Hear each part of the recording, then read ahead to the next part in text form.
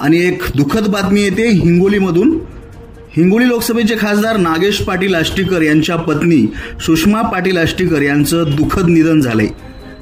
हिंगोली लोकसभेचे शिवसेना ठाकरे गटाचे खासदार नागेश पाटील आष्टीकर यांच्या पत्नी सुषमा पाटील आष्टीकर यांचं आज दुःखद निधन झाले. त्यांच्यावर मुंबईच्या जसलोक रुग्णालयामध्ये उपचार सुरू होते.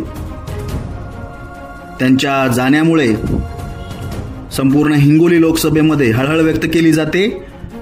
नागेश पाटील आष्टीकर यांच्या पत्नी सुषमा पाटील आष्टीकर यांचं दुःखद निधन झाले आणि त्यांच्यावर उद्या त्यांचं मूळ गाव जे आहे हदगाव तालुक्यातील आष्टी या गावी उद्या म्हणजे 11 सप्टेंबर रोजी सकाळी 10 वाजता अंत्यसंस्कार करण्यात येणार आहेत. सुषमा पाटील आष्टीकर, हिंगोली लोकसभेचे खासदार नागेश पाटील आष्टीकर यांच्या पत्नी यांचं आज दुःखद निधन झालंय.